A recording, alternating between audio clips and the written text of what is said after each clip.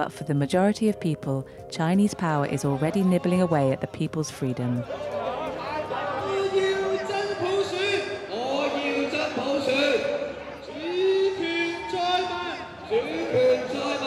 It has become a highlight of the political calendar. Every January the 1st, thousands of demonstrators parade to demand greater democracy. Supporters of the Beijing government are there too. On the sidelines, their placards remind onlookers that Hong Kong is part of China. But in recent years, another flag, one that was thought to have disappeared forever, has begun to appear in the parade. The flag of the British Empire. Alice Lai is one of those who are now demanding the return of the crown. The United Kingdom is well known to be a much better country than China in terms of the values that is uphold the human rights and the freedom and also the rule of law, which is much better than China. There is no peace in Hong Kong.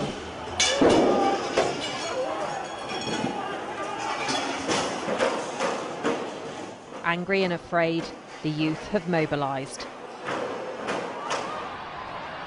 In the city's streets, thousands clash with police. Umbrellas and bottles versus shields and batons.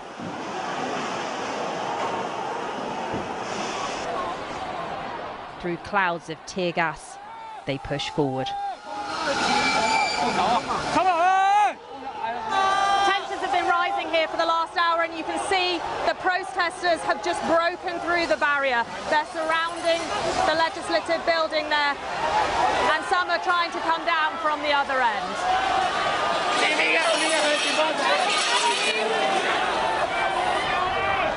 Their aim, to breach Parliament. To stop an extradition bill they believe puts their freedoms at risk from China. Right now, we can't decide our future. Our future is decided by the councillors inside. We need to have our say here. I have been here 5 years ago, and we need to claim our Hong Kong back. Thousands of angry protesters have stormed the government headquarters in Hong Kong, smashing windows and vandalising walls. Demonstrators ransacked the building before raising a British colonial flag 22 years after it was taken down. The conditions made for a perfect storm of unrest. The 22nd anniversary of Hong Kong's handing back to China, combined with tensions over Beijing's creeping rule, boiling over. In unprecedented action, protesters smashed into and seized Government HQ, the equivalent of Canberra's Parliament House. Invading the sitting chamber, tearing down leader portraits, and in the ultimate act of defiance, displaying the British colonial flag. Inside, police were nowhere to be seen, sparking fears protesters fell into a trap by a government wanting them to cop backlash. The Hong Kong police have seriously changed their tactics. They aren't negotiating with the anti-government demonstrators anymore. Now they're on the attack as soon as they gather. Street after street, tear gas and charges. The numbers of protesters on the street seem smaller, but the hardcore keep turning out. They build barricades and cause disruption, but they don't and can't hold the ground for long. And the police have had enough now. They're probably forward firing as they're coming. They're going to take down these barricades. They're going to smash them, and the crowds are now fleeing down the street.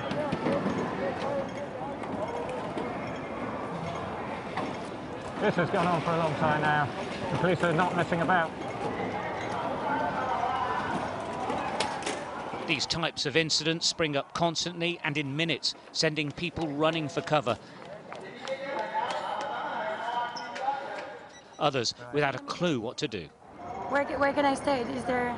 There's bars and things that are open here. It might be better to go into the outback and have a... I go there? Yeah. And how long does it take? A long time. It can do a very long time. So I cannot go until like... Let me have a look. Midnight Hong Kong time, and the protesters who'd forced the cancellation of all outbound flights for the second day running, fortifying their positions with baggage trolleys. Beijing's shrill rhetoric of no leniency, no mercy, still reverberating around Hong Kong, a city in the throes of chaos and escalating violence, and now gripped by fear of what China might do. At 20 to 1 in the morning, the protesters surround another suspected police spy and cuff him with plastic cable ties. A few minutes later, in front of the cameras of scores of journalists, they immobilized him, strapping him to a baggage trolley, before somehow he ended up on the floor, where he was brutally kicked and beaten. The editor of a Chinese Communist Party paper, the English-language Global Times, tweeted just over an hour ago that Fu Guohao is one of his Hong Kong-based reporters. There is an ugly symmetry to all this. What had infuriated the anti-Beijing protesters was the arrest of one of theirs by a policeman posing as a black shirt, complete with a yellow hard hat, the rebel street fighter's uniform. It was a messy and bloody arrest, and it had followed other violent incidents on Sunday in which Hong Kong police fired tear gas into underground stations, chased and beat fleeing protesters, and, across the harbour, shot a young female protester in the eye with a baton round. The sudden spike of violence had brought the staff at 13 Hong Kong hospitals out in protest today.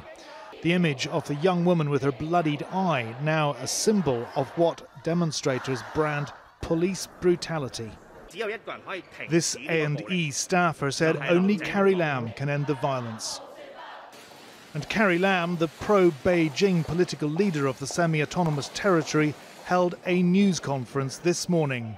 Her legitimacy questioned, her authority diminished. She was grilled by reporters and accused of dodging their questions. The police have had a very difficult time in the last 2 months to enforce the law and to ensure law and order in Hong Kong. Hong Kong has become unsafe and unstable, she continued in Cantonese. Violence, no matter who commits it, is pushing Hong Kong onto a road of no return. At the top of the road of no return, over the border in Shenzhen, just inside mainland China, battalions of People's Armed Police now stand at the ready.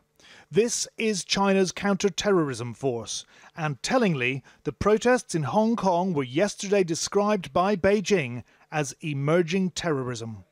Hong Kongers watch anxiously as Carrie Lam sticks to her guns.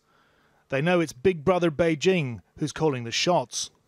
As you saw in this video, the violence committed by the People's Republic of China against the people of Hong Kong is inadmissible and inexcusable.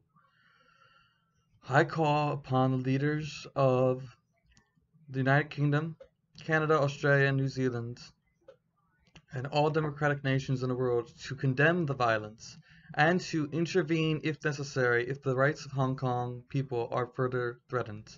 I want to point out that the British military, by most experts' opinion, is still capable of defeating China. We have a global reach that extends from the Indian Ocean to the Pacific to the Atlantic. We definitely can stand up to China. We also have technological edge against them. Our Navy is still far more powerful than theirs. If we send in the fleet, and if we send in our army, we can secure freedom for Hong Kong people. I'm not saying it just comes to that point yet, but I'm saying there might come a point. There's another Tiananmen Square massacre where that might be, where the use of force may be ultimately required, and a regime change must happen. Maybe not even just in Hong Kong, but China itself.